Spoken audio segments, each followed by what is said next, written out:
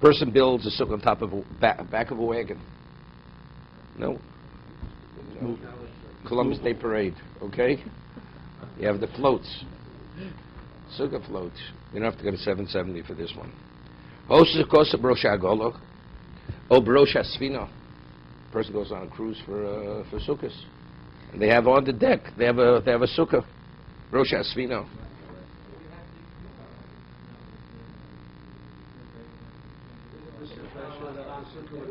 What? First, there's no proof. That doesn't say you could be Yosef. Maybe they'd have a sukkah. Lulav, you could be Yosef, but maybe sukkah not. Okay? Right?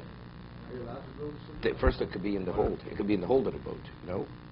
I don't know if they traveled first class or, you know. I understand. Here, the whole discussion, there's no reason why. First of all, why should a sukkah on a boat not be a valid sukkah? The answer is you have to have walls. What about if the wind is so strong that the wind could blow down the walls? So right now the wind is not blowing, but under normal circumstances, this sukkah it can't survive an ordinary wind, or the wind on the sea. Right? Is that a valid? It's not a valid mechitza. Mechitza means it has to be able to contain itself in that particular location. That's what we're discussing. What? You're right, but on land it's less of a problem.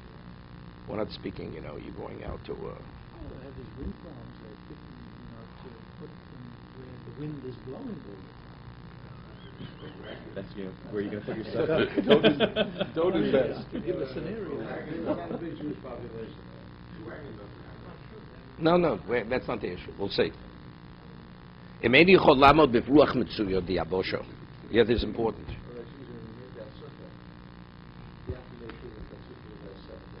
No, he doesn't have One day. Less than an hour.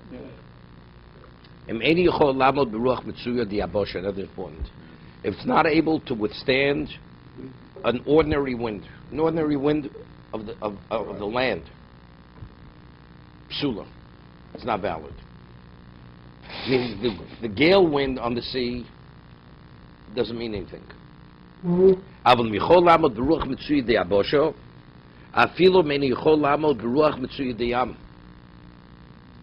say it's a calm day at sea, you know. It's not the normal wind. It's the wind is blowing less than it normally blows on sea. But what this wind, right? But it's no less than the wind on dry land. It's a valid sukkah. We'll see the Mishna Berura. Let's see. Beis. Brosha Golo. After metalplo, even though it's movable. No, I'm talking about the wagon. Now we're back on the wagon. Sukkah on the back of the wagon. After the metalplo, velo kvio, it's moving and doesn't have any permanence. It's not set in place. The person's a peddler. He can have a sukkah on the back of his wagon. Shalem shekorin Bible. Right? The wagons was called Bible.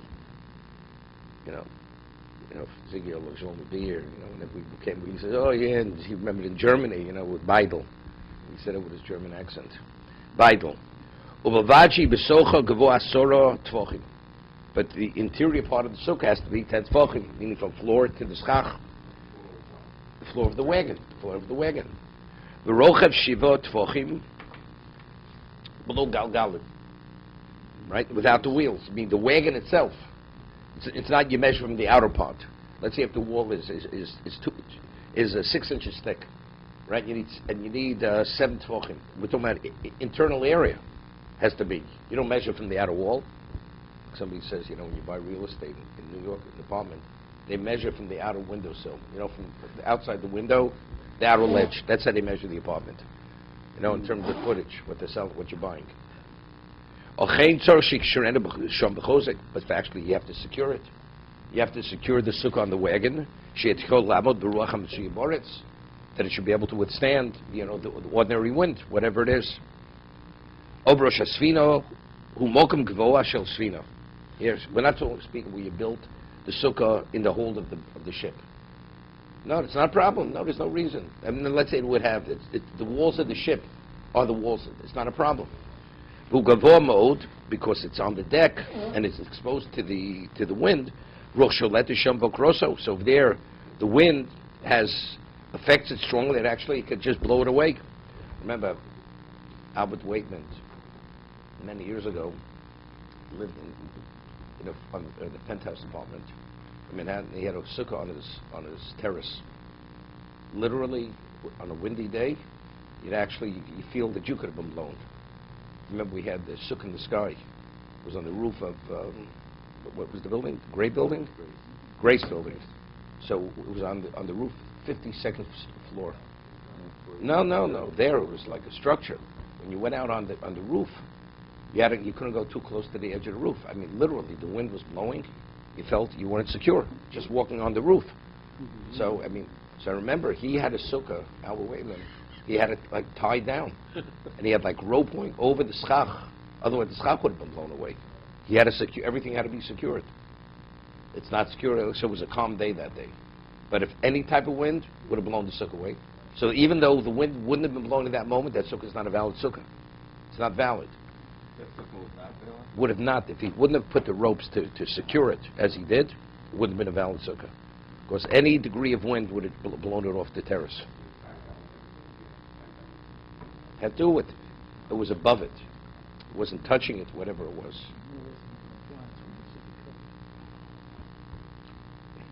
You know, the years ago. 7 days.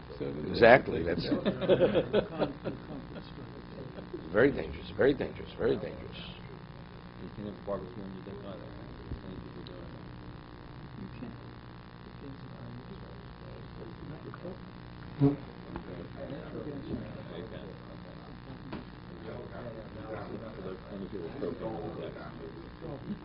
Sure. Yeah.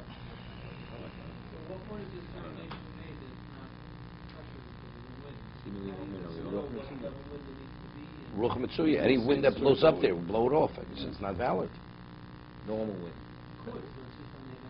Right. It happens that the wind's not blowing right now. It's like it stops raining. You run out to eat in the sukkah and you come in. So it's not going to help because there it's not a sukkah. The mechitza is not a mechitza. The schach is not a schach. That's the reason. Right. A mechitza is only a mechitza. Only if it could withstand the normal wind. Otherwise, it's not a mechitza. I'll give you an example. The Gemara says that if you have trees, and the trees they sway. Let's say you hang. Remember, many people don't build sukkah. Years ago, people had different than it's done today. Canvas sukkahs, where it was basically something hanging from a pole. The frame was made of pipes, and it was hanging, and they didn't secure the canvas to the lower pole on the ground. So it actually, the wind blows, it would actually blow back and forth. It's not a valid sukkah. Because it has to be secured on the bottom. Because any wind that blows it, if it blows back and forth, it's not a sukkah. Yeah, a little bit. No, it's within 3 tvachim. Within 3 tvachim. Because within 3 tvachim, it's still considered in its location. No, not underneath. No. Little goat is a separate concept. There the wall has touched the ground. This is not a mechitza, period. Right? So over there, so the Gemara speaks about if you have a case, let's say you have hedges. So you could have a hedge, it's enclosed with hedges, and the hedges are very thick and they're secure. As much as the wind blows, the hedges are there. But if you have, let's say, branches of a tree, and let's say they're within 3 tvachim one another, but when the wind blows, they're not within 3 tvachim one another. It's not a valid wall. This has to do with Shabbos too. Let's say your backyard is enclosed with hedges, right? Is that a valid enclosure? You need a mechitza. The elephant. Depends if it's tied down or not. So. Okay. He didn't secure it strongly. The ordinary window actually will topple it. That's not even considered a temporary residence.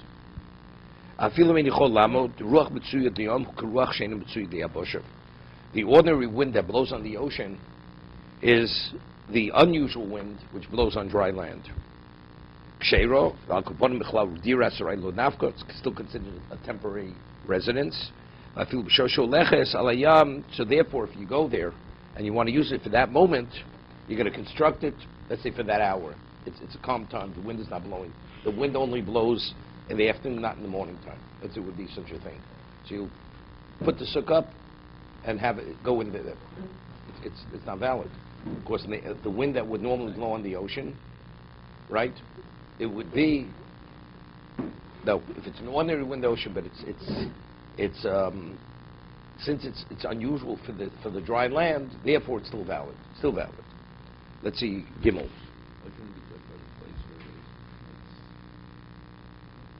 Right now we're on the bed. Which is obviously put it this way: when you're going in the sukkah, wind is not blowing now. The wind's blowing; it's going to be blown over. It's understood. You're not yotze, right? We're speaking about where it's calm at this moment. You want to go in, be yotze for half an hour. In an hour, when the wind starts blowing, this will not withstand that wind. It's not a resonance. It's not even a temporary resonance. But if it was a wind which would be no more than the wind which blows on, it's more than the wind that blows on dry land, it is a resonance. Now, I mean, it's a good question when he's asking. I mean, temporary should be determined in location. It's irrelevant to what wind blows. If the ordinary wind that blows on the ocean, this structure cannot withstand it. So it's less than even a dira sarai. It's not even temporary resonance, right? It's a good question. Now the question is, how do you determine whether something is a resonance or not? See, if it would be, let's talk about a person who would build a sukkah on a mountaintop. Mountaintop. In the mountaintop, the wind that normally blows, it will not withstand it. Would a mountaintop be the equivalent of on a boat?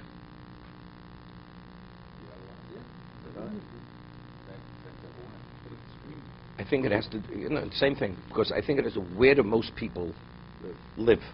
How do you look at a sukkah? I'll give you an example. The Gemara says that if you have a sukkah which is more than 20 amos from floor to ceiling, and you take gravel or sand and fill in the floor, and now you've elevated the floor, if you measure it from floor to ceiling, it's within 20 amos. It's valid. But only if you have in mind that you can leave the gravel or the sand for 7 days. Otherwise, if you can leave it in, let's say, for 3 days, how do you view this? The gravel is on the floor of the sukkah. Since it's meant to be removed, during sukkahs, you look at the filler not as the top is the floor, but rather that is lying on the floor. I'll give you an example. The Gemara says a beya regarding muktzah. Right? Person has a sand, and he wants, in the old days, they used sand to cover things which were not clean. And he takes sand, and he designates it for that usage, and he piles it up in a corner. And whenever he has an issue of covering something unclean, he takes a shovel of that sand. It's being about granulated sand. It's not creating a hole. And he spreads it. It's not muktzah. Because it's been designated. What if he takes that sand, he spreads it on the floor? He spreads it on the floor, and now he says, whenever I have an issue, I'll take some of the sand, and I'll cover whatever I want to cover it. It's not valid. It's considered muktzah, and it's even considered means a question of makalkel, because now since you spread it on the floor, it becomes you see it as the floor, and there even if it's meant to be there only for a day, because over there. When we speak about binyan or stira, when you build something or you dismantle something, you look there, it's looked at the function. Here it's the way people view what it is. Where is the floor? Where is the floor in the sukkah? Is the floor under the gravel, or is it the gravel is the floor itself? So the Gemara speaks about a case. What if a person takes bedding or clothing, and he's a very wealthy man, and he says, I will take all this clothing, and that will become the floor. So if you measure from the surface of the clothing to the sach, it's less than 20 amos. Is it valid? Morris is not valid. Why? Because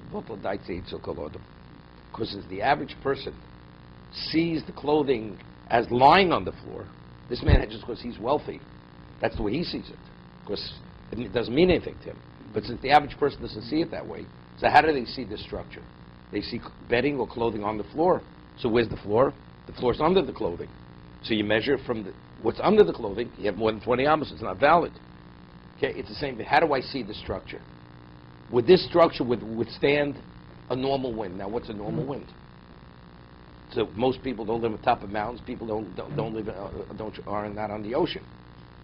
So therefore, it meets the criteria of what a temporary structure is.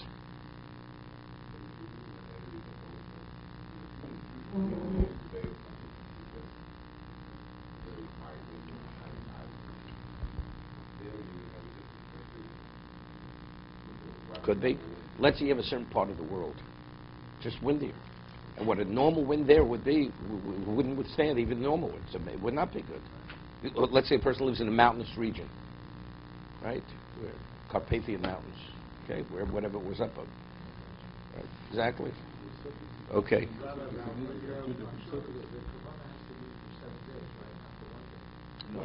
What? No, you could put it up for a day and take it down. You're putting it up for the first 2 days, Halamod. Somebody's going to come and dismantle. Somebody wants to borrow your sukkah. Somebody else's sukkah. Yeah. Yeah.